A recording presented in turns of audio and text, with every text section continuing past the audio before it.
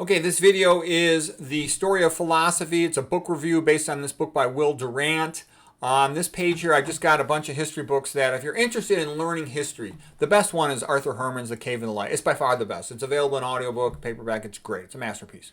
Okay, famous Greeks. This guy, Rufus Fears, best teacher ever from the Teaching Company. And he did famous Greeks, famous Romans, greatest books of all time. What can we learn from the great books? What can we learn from the myths? Okay, he's great. Anything he does, you're going to like it. The guy's brilliant and he's funny. He's nice. Edith Hamilton, she's great. She writes especially about the Greeks and the Romans. And she became an honorary citizen of Athens. The Greeks were so in love with the things that she wrote. Okay, The Great Ideas of Philosophy, another course from the great courses here. Daniel Robinson, he's got a good attitude. He's real positive and upbeat, and he sort of celebrates some of the high points in Western philosophy, so I like him.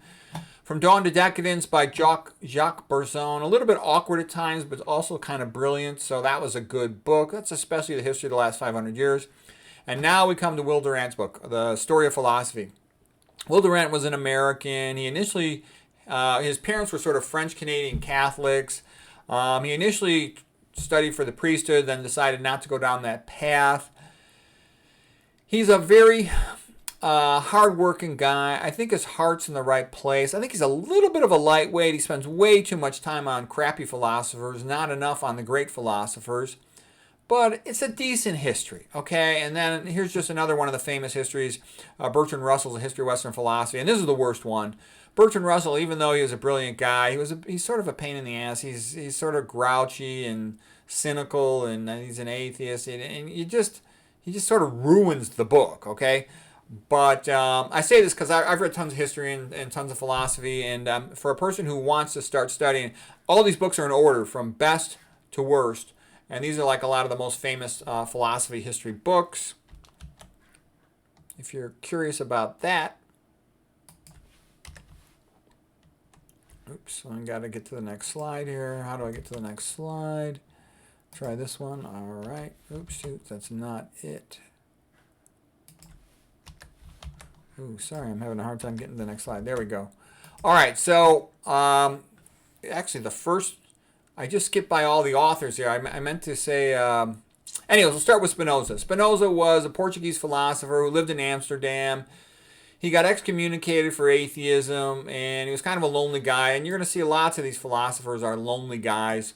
And that's because the lonely guy's got time to think and read. When you are busy providing for a family like a chump over here... No, don't get me wrong. My family brought me a lot of happiness. You don't have as much time to write books and to think. The other thing, too, is you got to have some money because... Most men, they're stuck working all the time trying to provide for their families, so they don't ever have any time to do any philosophy or thinking. But ideal thing, I mean, I regret I didn't focus more on making money when I was younger. I liked the idea of, like Ben Franklin, by 38, he was rich enough he could then just do whatever he wanted afterwards. That's a smart move. Okay, some quotes by Baruch Spinoza. Academies are founded at the public expense. They are put there to restrain men, not to develop them. And yeah, that's the joke, is that a university is a place where you go to get a degree. It's not a place where you go to learn. You know, it's very much like this, and it's not going to let you learn that much. Okay, Baruch Spinoza, the proper study of a wise man is how to live. Okay, well, that sounds nice, but that's really basically Socrates. Socrates said the exact same thing. Come on, give me a break. But still, he makes the point. Let's learn what is good for us versus what is bad for us. And again, that's really Socrates talking there, okay? Spinoza's next quote. The more intelligible you can make a thing, the easier it is to remember. Yeah, as soon as you find something you want to remember, start talking about it. What is it like? What is it not like? Then talk about it with a friend. You remember. Make a note. Okay, the two big motivations in life are hope and fear. We go towards that which gives us hope, and we move away from that which gives us fear. Pretty accurate. Spinoza says, reason cannot defeat emotion. An emotion can only be displaced or overcome by a stronger emotion. Yep. When somebody's got that emotional slogan in their mind, good fats, it's hard to talk sense into them. Okay, the highest activity is learning for understanding. Yeah, and that's why the public schools stink. Even though there's a lot of really good teachers, it's the same thing in med school. The teaching is based on memorization rather than understanding. Understanding stays with you forever. Memorization is usually a short-term thing that you forget after the test, whereas understanding, you remember for life. You remember how to drive a car from driver's ed, how to talk to a girl, that kind of stuff. Okay, Baruch Spinoza. To become what we are capable of becoming is the goal of life. Yeah, and that's like James Watson when he said an animal's happy when it does what it's designed to do. A horse is happy when it runs. If you feel it's your destiny to do something, when you're doing that activity, you'll be happy. Spinoza continues, those who want the future to be different from the past must study the past. Yeah, basically, you got no history, you're an ignoramus. So it's kind of like the Cicero quote, to not know what happened before you were born is to forever remain a child. Okay. Okay, now a little bit of Plato. Okay, he really didn't talk much about Socrates. He talked more about Plato. So here's Plato's wonderful allegory of the cave. And basically, most persons are sort of clueless normies. And they just listen to the stories told by those who tell the stories, so to speak. And it's just sort of a manufactured truth, a manufactured worldview. And then the one who's able to escape from the cave becomes a real philosopher and can see absolute truth, objective truth, the real sunshine. And in Plato's example, this would be Socrates. And that's one of the things that freaked out Plato and made him very sad, that Socrates was the best man in Athens, yet he was killed. Okay, so Plato sort of felt, well, how could a philosopher or a scholar handle himself in Athens? A lot of this came because it was after the Peloponnesian War between Sparta and Athens had lost. And Sparta then had a lot of influence in who was controlling Athens, and they didn't like Socrates, and they felt he had corrupted the youth with some of his philosophy, for example, disrespected the gods. Okay, but be that as it may, this is a great allegory, the allegory of the cave, and it's highly applicable to modern times as well. And the one who goes out of the cave is supposed to go back down and try to help the others, even though that's not easy to do, and often they get mad at him, as they did at Socrates in a sense. That's what Plato was sort of saying. Okay, in that book I mentioned earlier by Arthur Herman, it starts from that story, from that allegory. Okay, a couple quick quotes here. Ashley Brilliant, life is the only game where the object of the game is to figure out the rules. Voltaire, it is difficult to free a man from the chains he loves. Goethe, none are more hopelessly enslaved than those who falsely believe that they are free. The truth has been kept from their minds by the masters who rule them with lies. They feed them on falsehoods until wrong looks right in their eyes. That's pretty common. Plato then says, no one is more hated than he who tells the truth. Yeah, and that's been my experience, is that if you talk about something that's not desired by the higher-ups for you to talk about, it doesn't get that many views. And just like my last couple of videos on this thing. That's okay, but my job is, as the bad boy of veganism, is to tell people the truth about stuff, to educate them, to be a lighthouse where smart people can find useful information. So be it. I'll never get a lot of views, but I think I'll try to make good videos for you. Okay,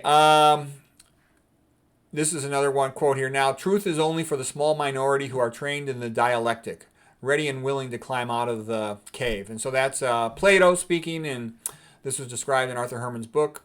Also, one must exit the cave alone. Yeah, it's a lonely business because most people, they just don't have that much curiosity. Just like they're herbivores for diet, they're sort of herbivore mentality, safe places in the middle of the pack.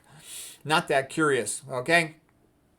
All right, any other good stuff here? Just a little bit of historical people who can be seen as the light in the cave. You know, the people like Socrates, Prometheus, Pythagoras, Aristotle, Cicero, Jesus Christus, Boethius, Newton, Ruskin, Ayn Rand, Solzhenitsyn. Okay, and Coulter. Okay, anyways. A little bit on Socrates now. So I'm sort of going like the order of the book. Socrates, what did he say? Socrates is just good common sense. The highest wisdom is distinguishing good from bad. Yeah, what's good food for you and what's bad for you. Principles of philosophy is determining how we ought to live, like I was referring to earlier that he said that. In order to decide how to live well, we should learn what is good for us and what is bad for us. Yeah, it's simple, but that's the truth. What foods are good? What toxins should be avoided? It's pretty basic.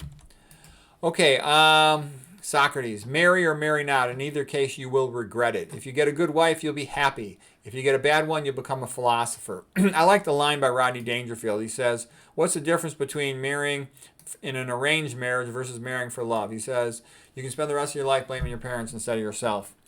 Okay, and then he says, the fastest path to glory is to strive to become what you wish to be. And so in that sense, that means basically, if you feel something is right for you in your destiny, you'll pursue it with more energy and you'll get better at it faster. Kind of like the Goethe quote: to learn a complex thing well, a man must love it, because it gives you the energy to really study it.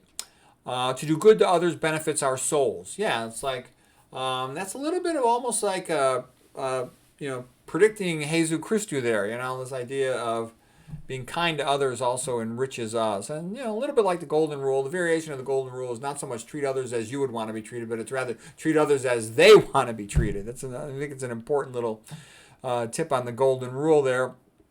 Socrates: when the debate is lost, slander becomes a tool of the user. Yeah, everybody sees that, ad hominem. So basically, that's what they always do to a smart, competent person. If a person's stupid, they just go, that guy's stupid, okay? But when a person is intelligent and has a reasonable argument, they go, oh, well, that person's a jerk, or they throw some other label on him. Okay, the courtroom questioner said to Socrates, aren't you ashamed of going around and behaving in a way such that everyone in Athens hates you? And Socrates said, no, I am on a mission from God to follow the truth wherever it leads. I would be ashamed of myself if I didn't do this. So Socrates is like the saint of philosophy. All right. Now what we got here is a little more. These are critics of Socrates. Not everybody loves Socrates. This is Robert Piercing's great book, Zen and the Art of Motorcycle Maintenance. He sort of felt that Socrates and Plato were playing games that they accused the sophists of doing. They would use persuasive language with an emotional bent to it to make the weaker argument, their point of view, appear stronger than the point of view of the sophists. And so Piercing says Socrates is not using dialectic to understand rhetoric. He's using it to destroy it, or at least put it in disrepute. And so his questions are not real questions at all. They're just word traps for Gorgias and his fellow rhetoricians to fall into.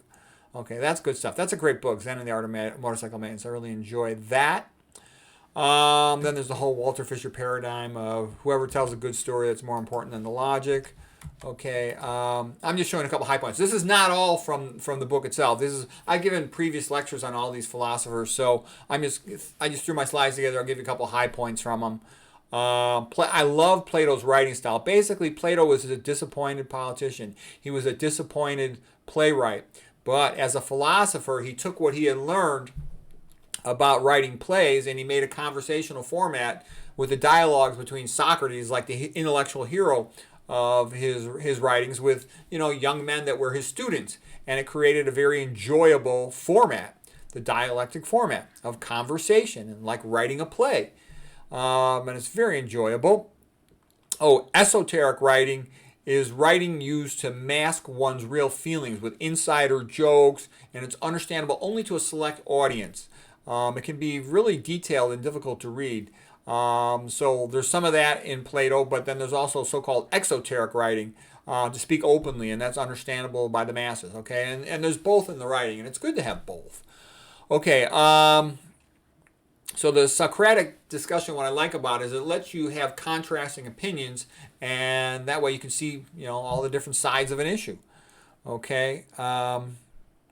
Plato talking about how difficult it is, and this is Socrates, of course. If anyone tried to release the people, the normies, and lead them up out of the cave, the rulers would try to kill them. And the bitter truth is that most people prefer to live in the cave.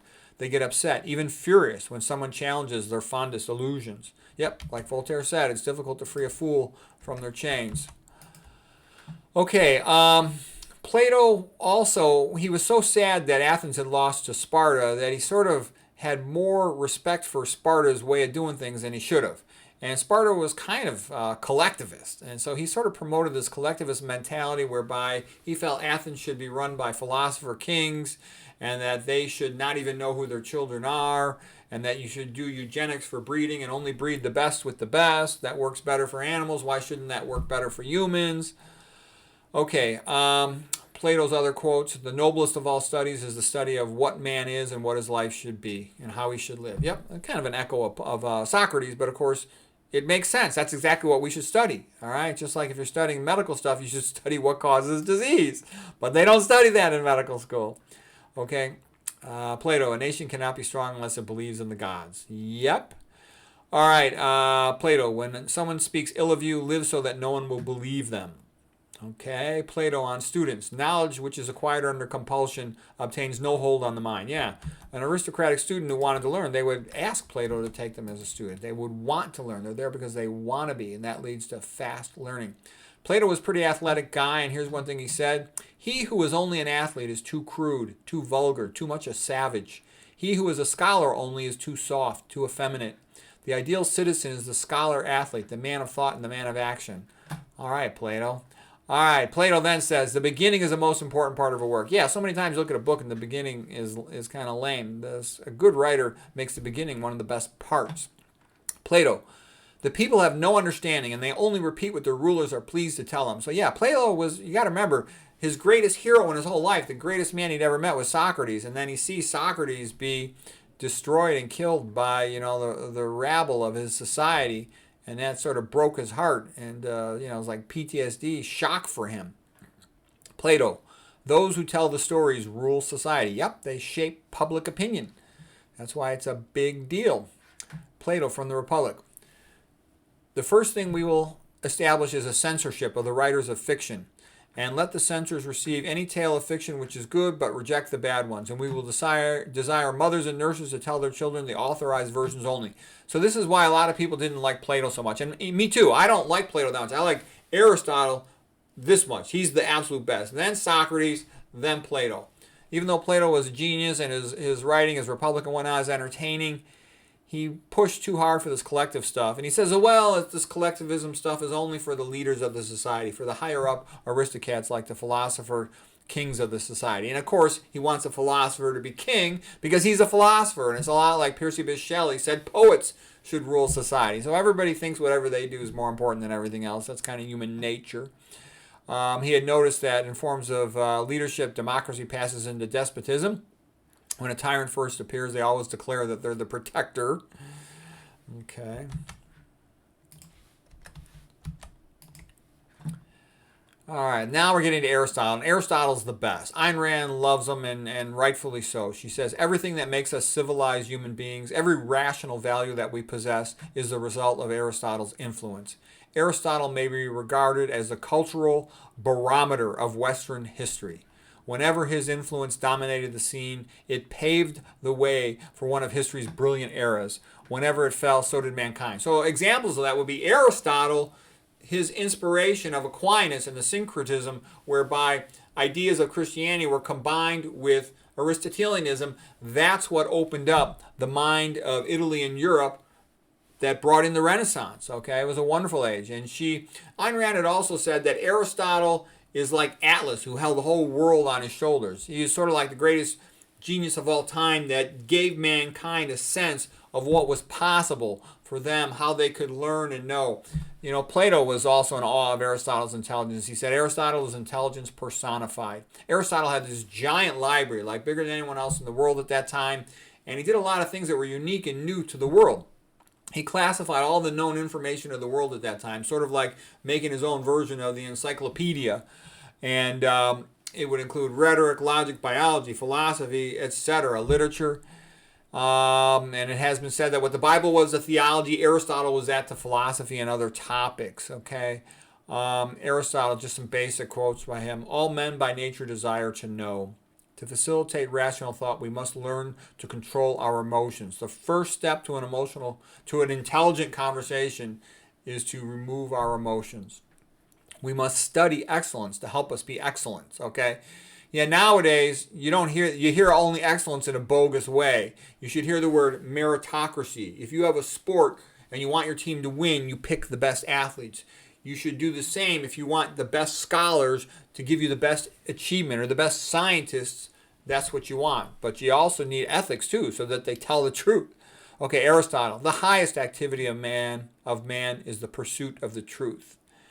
All right, Aristotle. And he says, the life of the intellect is the most pleasant and the best life, because the intellect is that which is unique about man. The pleasure of contemplation of truth is continuous and enduring. It does not wax and wane like the other pleasures. So learning is the greatest pleasure of all.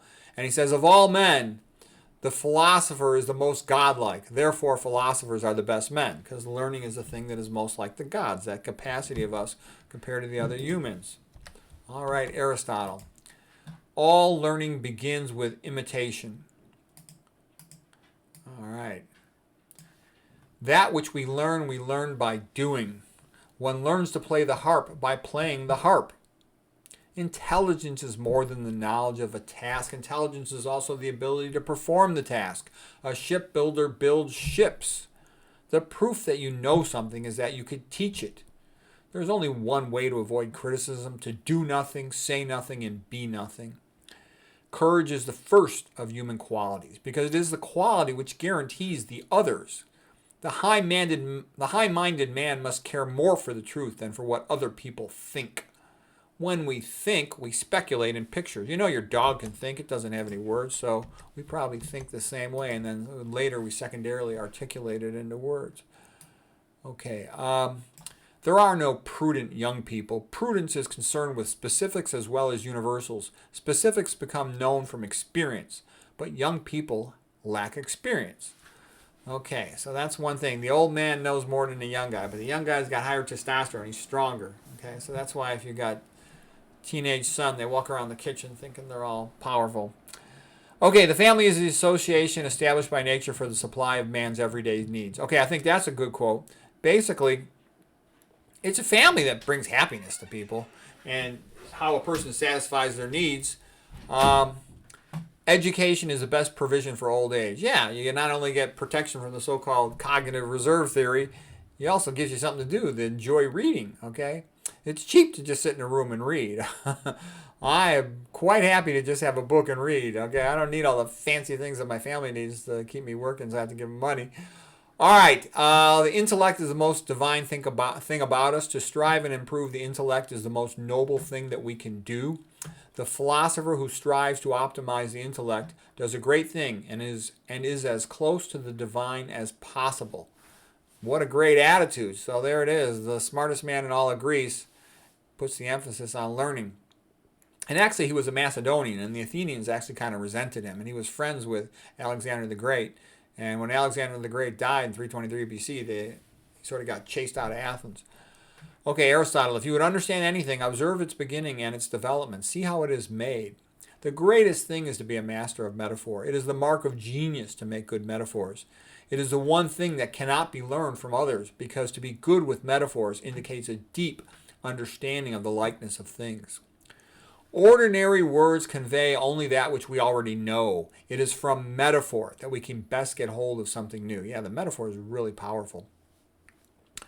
I've heard other people say it's the most unique thing about the human mind. Aristotle, in order to solve a problem, you first have to know what the problem really is, in the same way that you can't untie a knot until you've found the knot.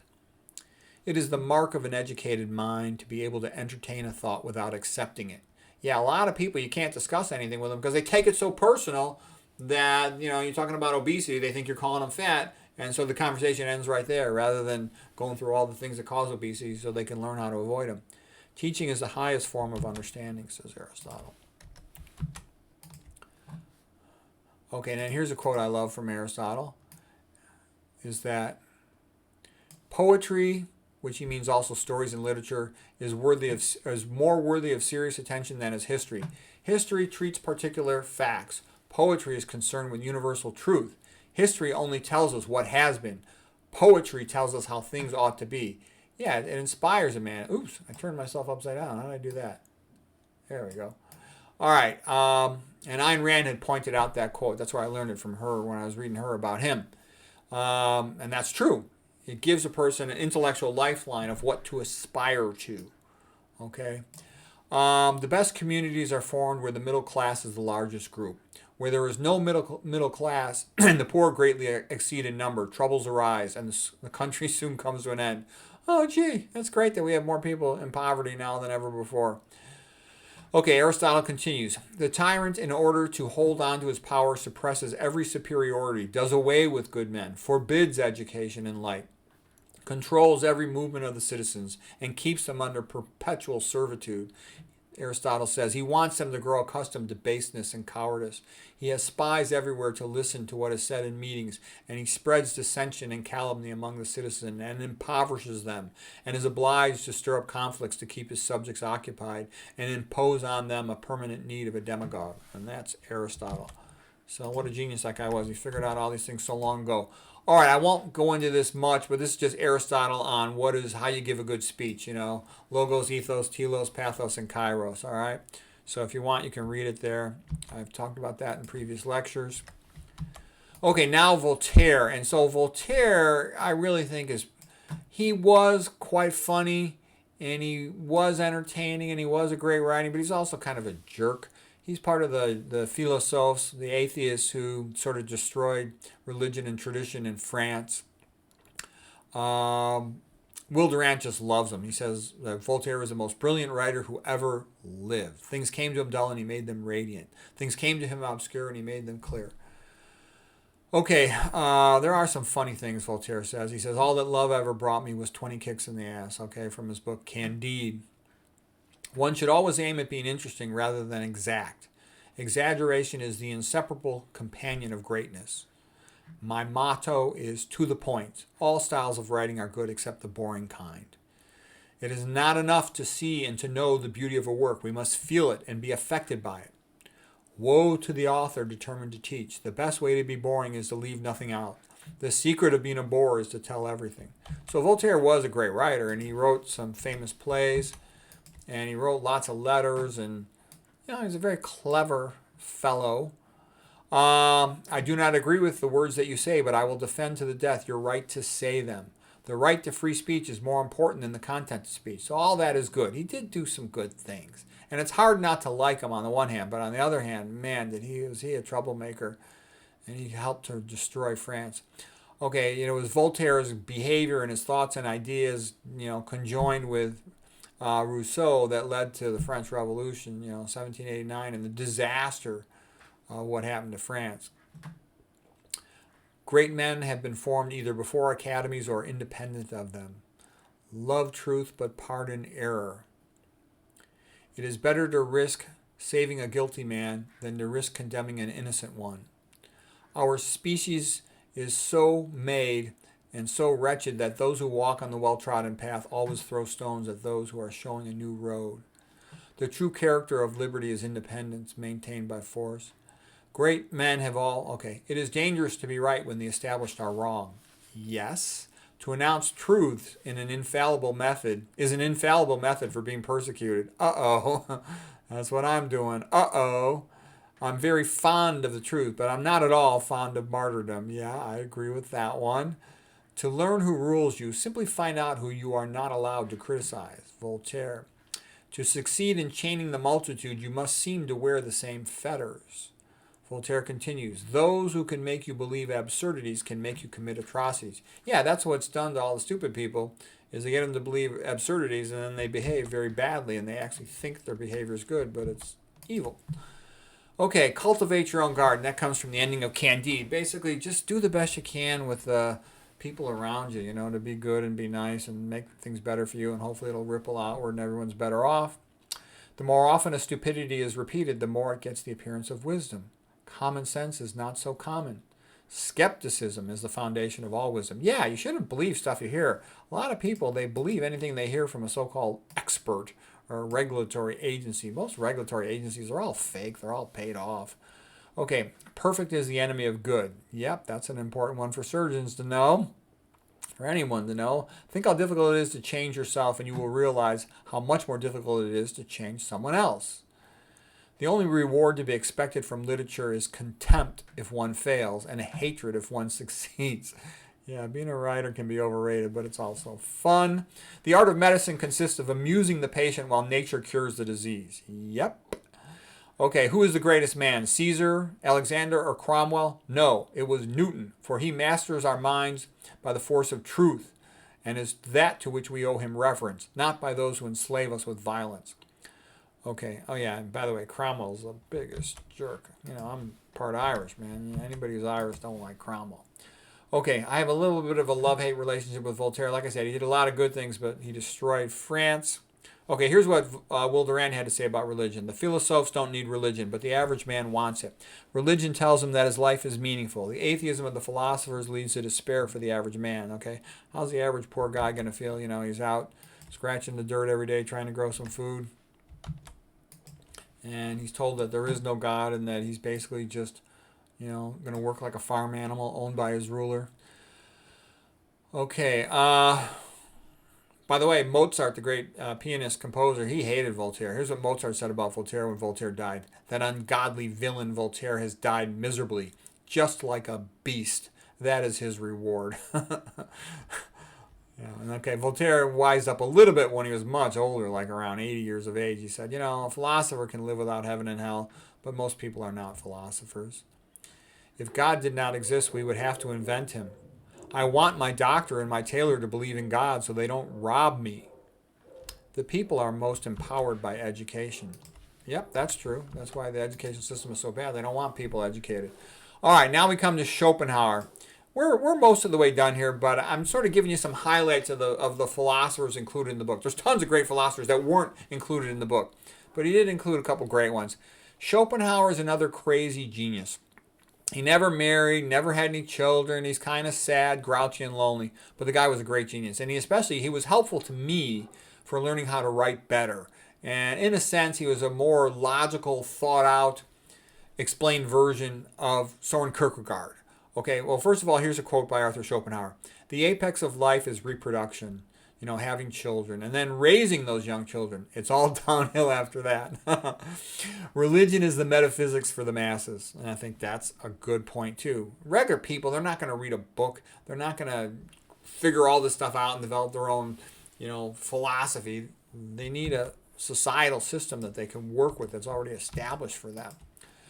Okay, Schopenhauer on writing. Okay, he could read like in 5 different languages or 6 different languages, and he just did tons of reading. He had enough money and wealth that he could just study all the time. He would read and study every morning, write for his books, and then he would do some other things in the afternoon. He'd walk a lot, get his exercise, go to a play, etc.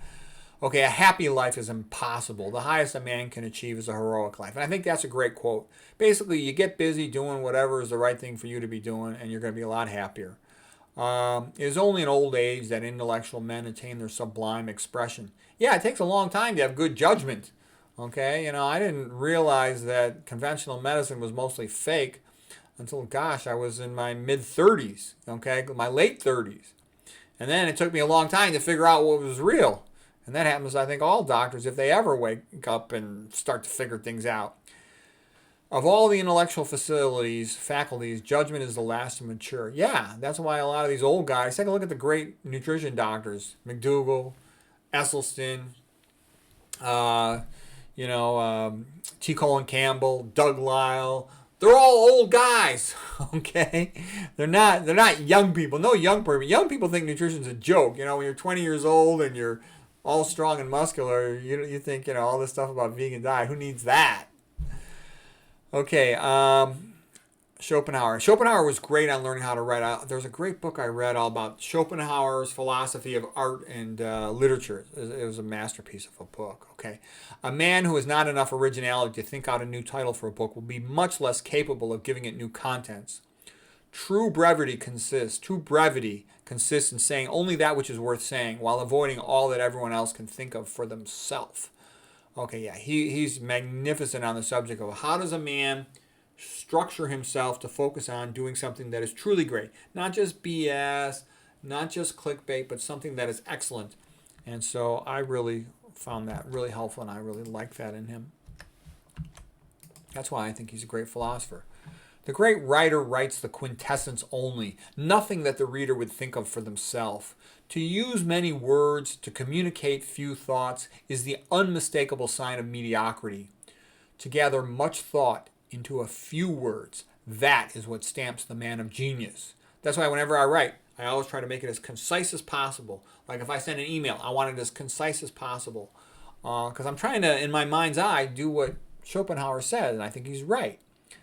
The task is to think what nobody yet has thought about that which everybody sees. Only he who writes entirely for the sake of what he has to say writes anything worth writing. The greatest works of the greatest men, they all belong to a time when the author had to write them for nothing or for a very small amount. The best writers are those who have thought before they started writing, and they are rare. He who writes for fools will always have a large audience. It only takes a few pages to see the author's skill and intention. If the author does not quickly display some valuable information and only seems to be writing to fill up the page with words, then quickly throw the book into the garbage because your time is too valuable to waste. A great writer writes because he has something to say. He does not write for fame or money because he knows he will not get any. He writes for great men and for posterity because too few of his contemporaries will be able to follow his thoughts. He is like a man who knows the correct time, but it is of no use to him because everyone else is using a different clock. He plans his book like an architect plans a building. He has really thought about the topic. He has conversed about the topic. He writes about his own thoughts and his own experience. He expresses in a fresh and forcible way. Simplicity has always been held to be a mark of truth. It is also a mark of genius. The object of science is to recognize the many in the one, to perceive the rules in any given example, and it is not to go on counting up facts ad infinitum. Since similes and metaphors are such a powerful engine of knowledge, it is a sign of great intelligence in a writer if his similes are unusual and at the same time to the point. A good work is doubly good if it is short. So yeah, I studied all this Schopenhauer stuff when I was trying to write my books. It really helped me to structure my philosophy of what I was trying to accomplish. And I thought Schopenhauer was great. He was my most influential person for helping me to write better. There's been a lot, I've read tons and tons of stuff on writing, but Schopenhauer really sort of helped me say, okay, you want to write something the best you can do and to make it stand up and hold up to posterity, to be valuable to people. Okay, let's see. Students and learned persons of all sorts and every age aim as a rule at acquiring information rather than insight. Information is only a means of insight and is of little value in and of itself. True excellence can be attained only where the work has been produced for its own sake alone. The truth is that a hobbyist treats his subject as an end, whereas a professional treats it merely as a means. The hobbyist is really in earnest about a matter and has a direct interest. Because he likes it, he pursues it con amore. It is these hobbyists and not the professional hirelings that have always done the greatest work. And that's the truth too. You want to read a great medical book, read, McDougall's Start Solution, read my nutrition books, okay? You'll see every effort was made to try to make the book good and helpful. And then, by comparison, pick up some of these nutrition textbooks that come out of universities. They all stink. Every single one of them stinks, okay? Don't get me wrong. There's some that are better than others, okay? But none of them has a personal, coherent feel and sort of guide you through it step by step what the reader needs to know. And wait till you start reading the biochemistry books. All the university biochemistry books, they all stink. They're all like worthless.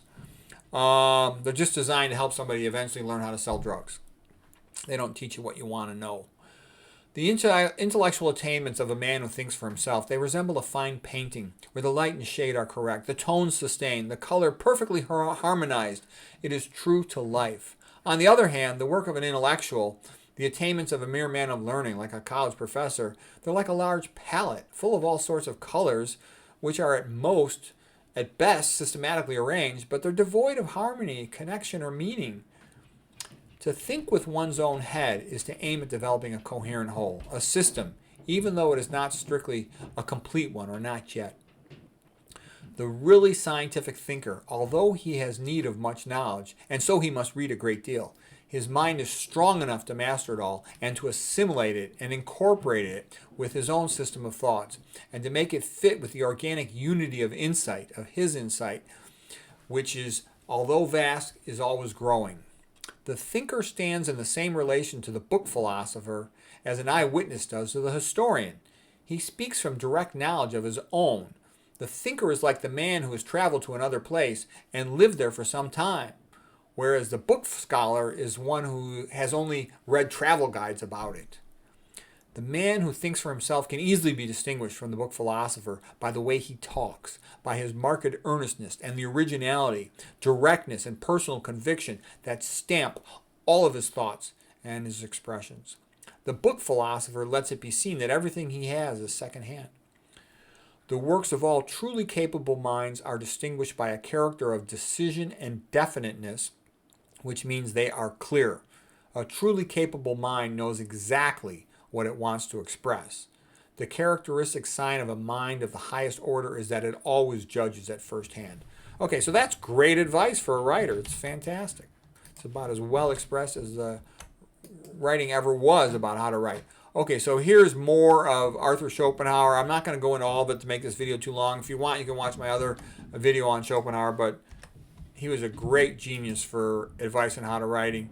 Okay, and I'll just tell you one more quote of Schopenhauer by writing because it's a fantastic one. Good writing should be guided by the rule that a man can think of only one thing at a time. Therefore, good writing should be guided by this rule that you shouldn't put two big thoughts into one sentence unless you're comparing them, okay? So that's why you got to break up your sentences so the author can learn and focus on one thing at a time. Okay, then Schopenhauer talks a lot about what is genius and how a genius must behave and think. And, I was trying to become a genius, so I read all of his stuff pretty carefully, and his advice was great. Okay, gosh, I went on and on about Schopenhauer. I love Schopenhauer. I learned so much from Schopenhauer, it's not even funny. Yeah, he's kind of a crazy, lonely, old, pathetic guy, but man, was he a genius too. Okay, so he goes on and on. All right, I'm not going to quote you anymore Schopenhauer. I'll leave that to you. Okay, I'll just introduce you to George Santayana. He was sort of a Spanish aristocrat, Catholic, and he ended up in the United States. And okay, the family is one of nature's masterpieces. Yeah, the traditional Western family is a great thing. Don't let anybody tell you otherwise. And Western civilization is a great thing. And people say, yeah, we're losing from society. You're losing Western civilization, okay? And you don't understand how great it is. It's the greatest civilization that ever existed on the planet. No one else has its legacy of literature, has its legacy of art and music and architecture. They just don't, okay? It's just a fact. And that's an important point to realize is, you have to speak up for your civilization or you will lose it, okay? You're going to be pushed down like a farm animal. Okay, George Santayana. Okay, the family is one of nature's masterpieces. Skepticism is the chastity of the intellect, and it is shameful to surrender too soon to the first comer. Here's one of my favorite quotes by Santayana. Those who do not learn history are doomed to repeat it. No, the next one's the one I like better. The Roman Catholic Church has much in common with Greek paganism. Christianity arose out of Greek theology and the Old Testament's morality. Greek theology predominated in Catholicism. The Catholic Church has much in common with Greek paganism. The Old Testament morality predominated in Protestantism. The Catholics had a Renaissance. The Protestants had a Reformation. Yeah, there's a lot of truth in those words. Here's a nice quote by Hannah Arendt. She said, the discoverer of the role of forgiveness in human affairs was Jesus Christ of Nazareth. Okay? All right, now this is the last slide. Okay, so this is Jesus Christ, Sermon on the Mount. And this is the painting by Carl Bloch from 1877. And here's some quotes by Will Durant. Caesar and Christ had met in the arena, and Christ won. This is Will Durant speaking. My final lesson of history is the same as Jesus Christ. We should try to love one another.